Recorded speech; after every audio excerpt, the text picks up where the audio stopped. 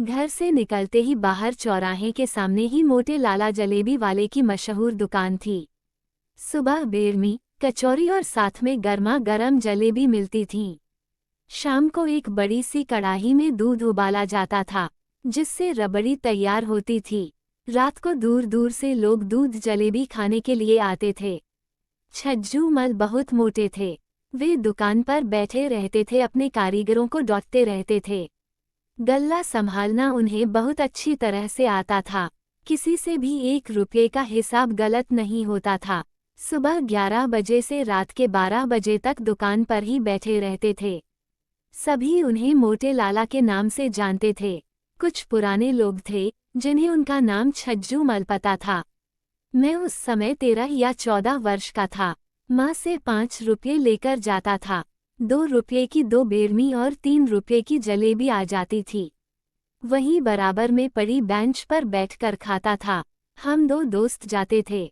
हम कोशिश करते थे कि एक ही बेरमी में सारी सब्जी खा जाते थे, फिर दोबारा दोना लेकर आगे बढ़ा देते थे। मैं, भैया थोड़ी सी सब्जी देना। सब्जी देने वाला लड़का लालाजी की ओर देखता। लालजी हम दोनों को घूर कर देखते इससे पहले वो कुछ बोलते।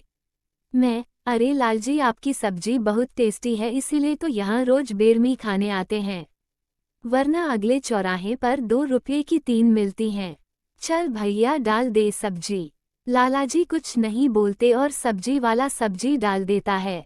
ये हमारा रोज का काम था। एक दिन शाम को हमारे कुछ रिश्तेदार घर आए। शाम को खाना खाने के बाद दूध जलेबी की फरमाइश होने लगी।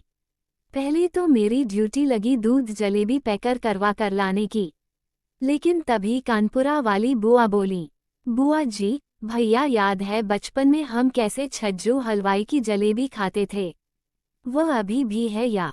मैं, बुआ जी यहाँ कोई छज्जू हलवाई नहीं है, हम तो मोटे लाल की जलेबी लाते हैं। पिताजी, अरे दीदी है छज्जू हलवाई। मुन्ना मोटे लाला का असली नाम छज्जू हलवाई है। पहले वह बहुत पतला था, अपने पिता के साथ केवल दूध जलेबी बेचता था। बुआ, छोड़ो ना भैया, वहीं चलकर खाते हैं, सर्दी का टाइम है, गरम गरम दूध और जलेबी, मजा आ जाएगा। हम सब तैयार होकर मोटे लाला की दुकान पर पहुंच जाते हैं। दूध जलेबी का ऑर्डर देकर हम वहीं भट्टी के पास खड़े होकर दूध को उबलता हुआ देख रहे थे। छज्जू हलवाई, अच्छा तो गौरी शंकर जी ये आपका लड़का है। हर रोज सुबह जिद करके 2-2 बार सब्जी लेता है, ऊपर से धमकी भी देता है। ये बात सुनकर सब हंसने लगे। मुझे लगा कहीं जमीन में गड़ जाना चाहिए, क्योंकि सबको पता है बेरमी केवल 2 रुपये की आती है। पिताजी, क्यों मुन्ना, ये मैं क्या सुन रहा हूँ? तुम रोज बेरमी क्यों खाते हो? से चीजें कभी कभी ठीक रहती हैं। मैं, नहीं पिताजी, कभी कभी खाता हूँ। छज्जू हलवाई, छोड़ो गौरी शंकर जी बच्चा है, मैं जानता नहीं था कि आपका बेटा है। सभी जोर जोर से हंस रहे थे। मैं गुस्से से मोटे लाला को घूर रहा था। अगले दिन से मैंने उस दुकान पर जाना छोड़ दिया। एक दिन घरवालों के लिए जलेबी लेने गया तो छज्जू हलवाई ने रोक लिया। छज्जू हलवाई, भैया तुमने आना बंद कर दिया। हम तो उस दिन ऐसे ही कह रहे थे, जितनी चाहे सब्जी ले लिया करो। तुम्हारे पिताजी बचपन से इसी दुकान पर आते थे। अच्छा नहीं लगता अब तुम कोई और दुकान पर जाओ, मैं अब कभी तुम्हारी शिकायत नहीं करूँगा। मेरा भी गुस्सा तब तक निकल चुका था। अगले दिन से हमारा वही सिलसिला चलने लगा। इसी तरह कई साल बीत गए। मैं पढ़ाई पूरी करके दिल्ली आ गया।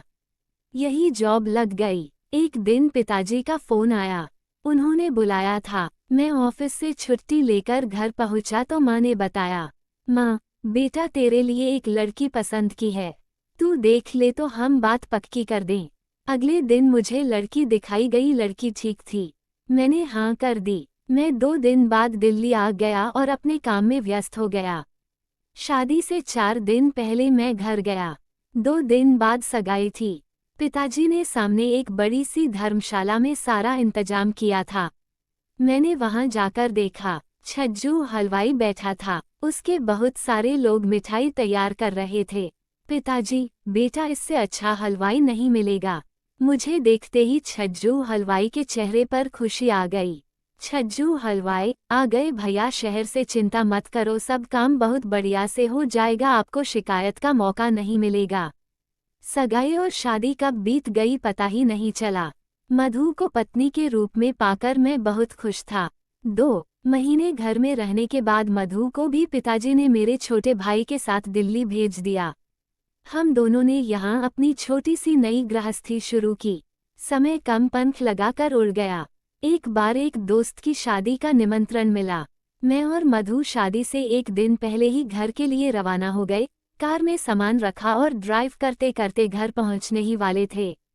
तभी मैंने मधु से कहा, मधु तुमने हमारे वाले चौराहे के मोटे लाला की जलेबी खाई है?